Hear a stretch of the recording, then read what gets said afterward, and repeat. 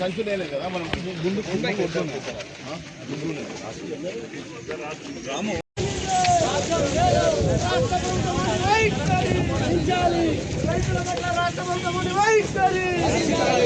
భారత్ మాతా key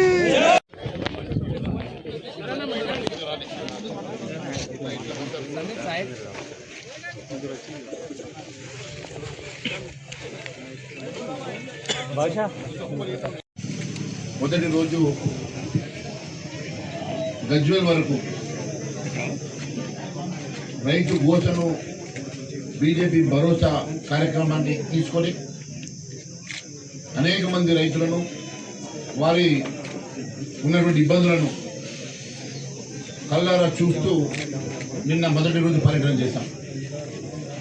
దాడి పొరుగా కిలోమీటర్ల కొద్ది ధాన్యాన్ని పోసుకొని రైతులు కాపలా కాస్తా ఉంటే ఎందుకోసమని గత 45 రోజుల నుంచి ప్రభుత్వానికి కనబడతలేదో నాకు అర్థం కావడం లేదు. ఒకవైపు రైతు పండించిన పంట అమ్ముకోలేని దుస్థితిలో రైతు కుప్పల మీద ప్రాణాలు వదులుతుంటే కూడా ఈ రాష్ట్ర ప్రభుత్వం పట్టించుకోవడం లేదు. ఏ రైతు ఓట్లతో అధికారంలోకి వచ్చిందో, ఏ రైతులకు రైతు డిక్లరేషన్ పేరు మీద వరంగల్లో డిక్లరేషన్ ఇచ్చి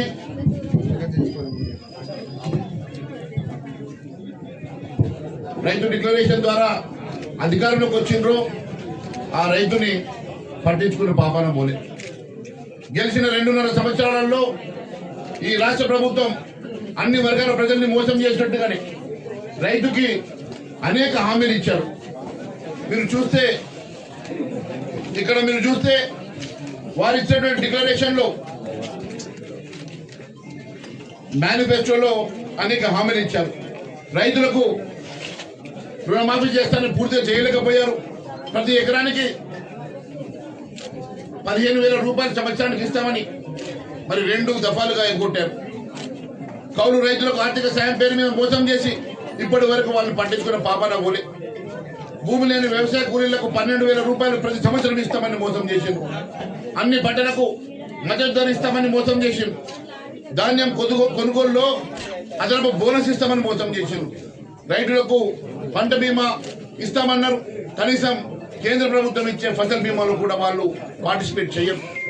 మరి అనేకమైనటువంటి పంటలు వరి ధాన్యంతో పాటు శనగలు పండించేటువంటి రైతులు ఉన్నారు, జొన్నలు పండించేటువంటి రైతులు ఉన్నారు, మక్కలు పండించేటువంటి రైతులు ఉన్నారు, సన్ఫ్లవర్ పండించేటువంటి రైతులు ఉన్నారు.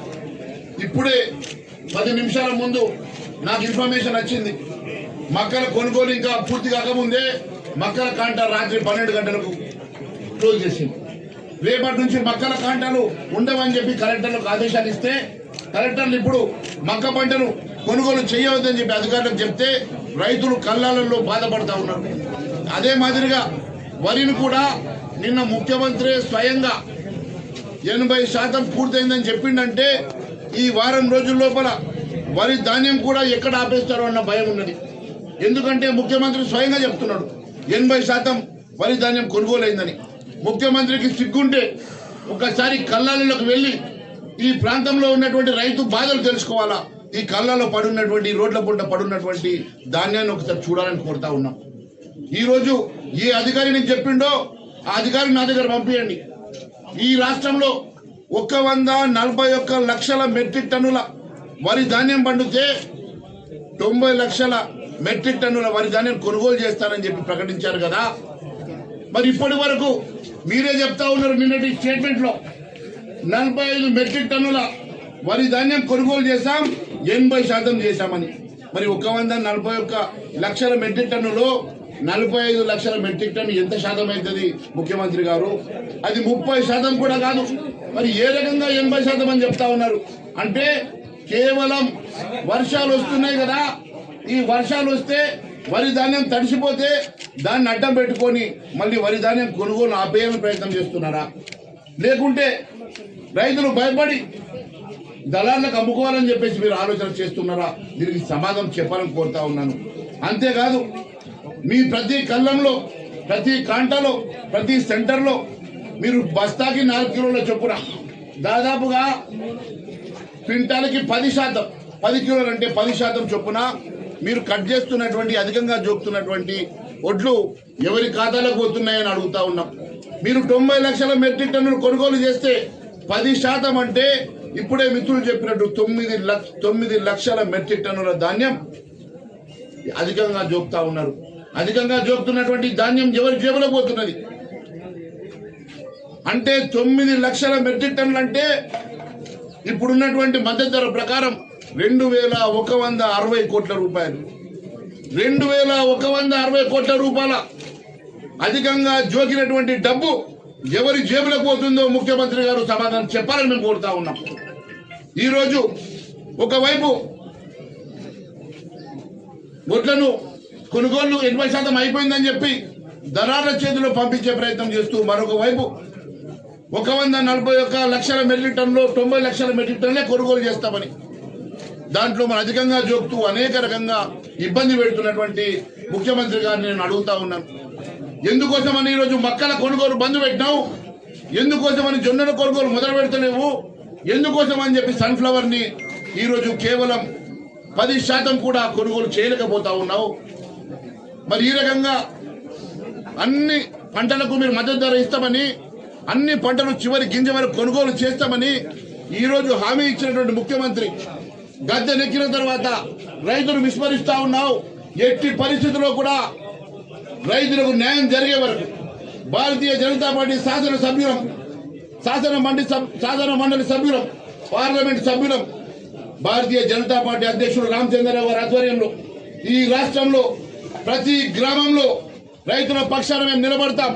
ఒకవేళ మేము వస్తేనే ఈరోజు లారీలు వస్తున్నాయని చెప్తా ఉన్నారు కదా, నిజంగా మేము రావడంతో మీరు కదిలితే, మేము వస్తేనే లారీలు కదులుతాయి అనుకుంటే ప్రతి గ్రామంకి వచ్చి ప్రతి గ్రామంలో కూడా మిమ్మల్ని నిలదీస్తామని చెప్పి తెలియజేస్తా ఉన్నాం.